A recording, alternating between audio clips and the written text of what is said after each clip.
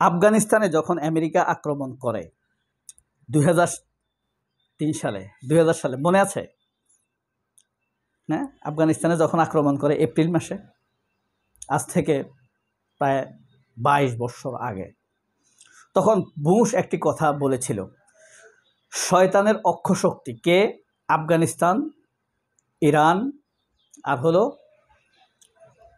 Iraq, এই তিনটি হলো শয়তানের অক্ষশক্তি।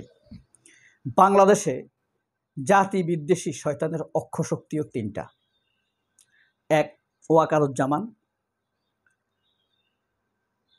জিএম কাদের, গোলাম মোহাম্মদ কাদের, হ্যাঁ, আরেকটা হইল কে? শেখ হাসিনা। এই তিনটা হইল শয়তানের অক্ষশক্তি।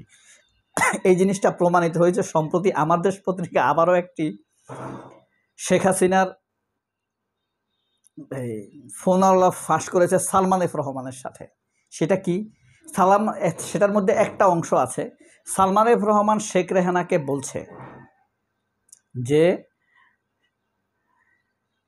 কই ও তো মার্শাল ল জারি করছে না, কই ও তো মার্শাল ল জারি করছে না।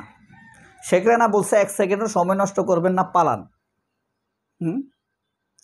তখন সালমান এফ রহমান শেখ রেহানাকে বলছে যে ও তো মার্শাল ল জারি করছে না। ওকে, ও হইল ওয়াকার, ওতে ওয়াকার, অতে ওয়াকার, তুই রাজাকার, তুই, এরকম একটা স্লোগান দিয়েছিল না শাহাব খান। আসলে তো সে 24-এর রাজাকার না, কিছু কিছু রাজাকার আছে না সুবিধাভোগী, ও এক, কারণ তার শাস্তি তো বড় হবে। তো ও হইল ওয়াকার। সে ঠিক একইভাবে 5 তারিখে যখন সর্বদলীয় রাজনীতিবিদদের সাথে ওয়াকারের বৈঠক হয়, তখন সবার আগে এরশাদের ভাই জিএম কাদের, গোলাম মোহাম্মদ কাদের, গোলামের বাচ্চা গোলাম, ওয়াকারকে বলছে আপনি মার্শাল ল জারি করুন। অর্থাৎ জিএম কাদের এটা জানত। জিএম কাদের, সালমান এফ রহমান, শেখ রেহানা, শেখ হাসিনা, ওয়াকারুজ্জামান, শেখ হাসিনা এবং জিএম কাদের এক অক্ষশক্তি। সালমান এফ রহমান, শেখ রেহানা, হ্যাঁ, আর হইল কে? শেখ সেলিম হেলাল, আরেক অক্ষশক্তি। 2 শতানের অক্ষশক্তিতে চিপায় পড়ে গেছে 5ই আগস্ট।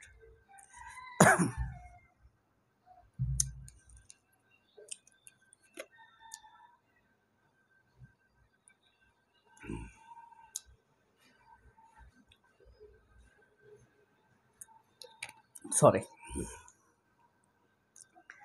এই যে ষড়যন্ত্র আস্তে আস্তে আস্তে আস্তে সব বেরিয়ে আসছে।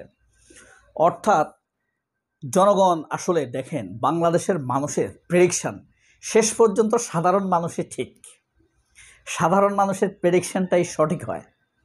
আপনার কোনো জরিপ টরিপে কাজে লাগে না।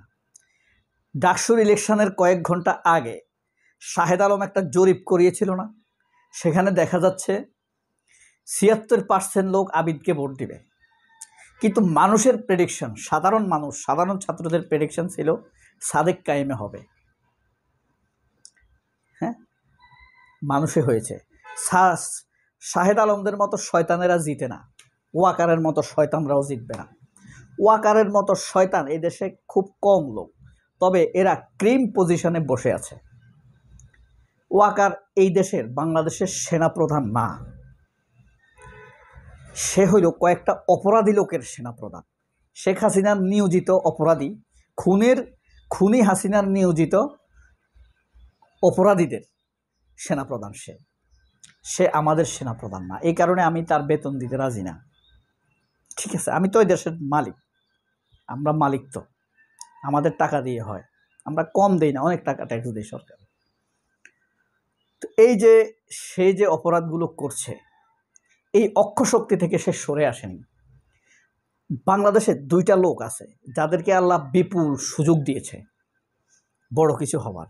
এক মির্জা ফখরুল, আর একটা ওয়াকার। নানান অপরাধের সাথে যুক্ত থেকেও, নানান অবৈধ সুবিধা নিয়েও আল্লাহ তার শেষ সুযোগ দিছে 5ই আগস্ট। কি সুন্দর সুযোগ এনে দিছে জাতির সামনে দায়িত্ব পালন করার। সে সেই দায়িত্ব পালন করে নাই। একের পর এক সে ষড়যন্ত্র, শয়তানি, বান্দরামি, নিমুখারামি করে যাচ্ছে আমাদের সাথে,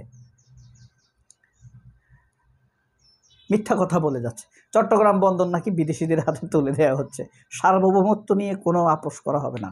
বদমাইশের বাচ্চা বদমাইশ কি বলে এসব। অথচ ভারতের সাথে আদানি ফাদানি নিয়ে কত অবৈধ চুক্তি শেখ হাসিনা করেছে, একটার বিরুদ্ধে একটু শব্দ করেনি। সে আর কিছু না, সে হইল মবিন, আজিজ, এদের ধারাবাহিকতায় একটা শয়তান। এরা আমাদের কষ্টের টাকায় ভোগবিলাস করে, নিজে হারাম খায়, বাচ্চা কাচ্চারা হারাম খাওয়ায়। এই কারণে এই অভিশাপ ভয়াবহ। আল্লাহ এটা কখনোই ক্ষমা করবে না। আল্লাহর বিচার কিন্তু কঠিন। সবাই যারা এ পর্যন্ত ভিডিও দেখছেন 6 মিনিট পর্যন্ত, তারা কায় মনোবাক্যে আল্লাহর কাছে এই 2টা শয়তানকে বদদোয়া দিবেন। এক ফাকেরুল মির্জাফর ফখরুল, আরেকটা অকেরুল ওয়াকার। এই 2টাকে বদদোয়া দিয়ে যাবেন। কারণ কি, আপনি যখন এদের কাছ থেকে নাজাত চাইবেন, আপনি তো একা নাজাত চাইবেন না, এই জাতি যেন এদের কাছ থেকে নাজাত পায়। কারণে এই দোয়া আপনি যখন দোয়া করবেন, এই দোয়া আল্লাহর কাছে অ্যাকসেপ্ট হয়ে যাবে, কবুল হয়ে যাবে। বুঝছেন? কারণ সমগ্র জাতির ভাগ্য জড়িত এখানে। হে আল্লাহ, তুমি ওয়াকারের ক্ষতি থেকে এদেশকে বাঁচাও, মির্জাফর ফখরুলের ক্ষতি থেকে এদেশকে বাঁচাও। এমন একটা শক্তিকে অধিষ্ঠিত করো এখানে, যারা আমাদের বন্ধু হয়ে থাকবে, জনতার বন্ধু হয়ে থাকবে। কোনো অবিশ্বস্ত, অশান্তিদাতা কোনো শাসক এদেশে চাপায়ও না। তাদেরকে আগেই তুমি তছনছ করে দাও, ধ্বংস করে দাও। আল্লাহ, তুমি আগেই তাদেরকে ধ্বংস করে দাও। আল্লাহ, তুমি আগেই তাদেরকে ধ্বংস করে দাও। ওয়াকারের ক্ষতি থেকে দেশকে বাঁচাও। এ আল্লাহ, ওয়াকারের ক্ষতি থেকে দেশকে বাঁচাও, ফখরুলের ক্ষতি থেকে এদেশকে বাঁচাও। তারেক রহমানকে হয় ভালো করে দাও, শেষ সুযোগ আজকের মধ্যে, আর নইলে তারে এই অপশক্তি আমাদের ঘাড়ে রাখিও না, আর নইলে তার জাতির জন্য উপকারী করে দাও। যদি তার জন্য এই জাতির কোনো ক্ষতি হয়, তাহলে তুমিও তাকে আমাদের মাথার উপর থেকে সরিয়ে নাও। ওয়াকারকে আমাদের মাথার উপর থেকে সরিয়ে নাও। কোনো ক্ষতি যে করতে আসবে এই জাতির, তাকে তুমি আগাম ধ্বংস করে দিও। সবাই অনেক ভালো থাকবেন। আল্লাহ হাফেজ। আসসালামু আলাইকুম।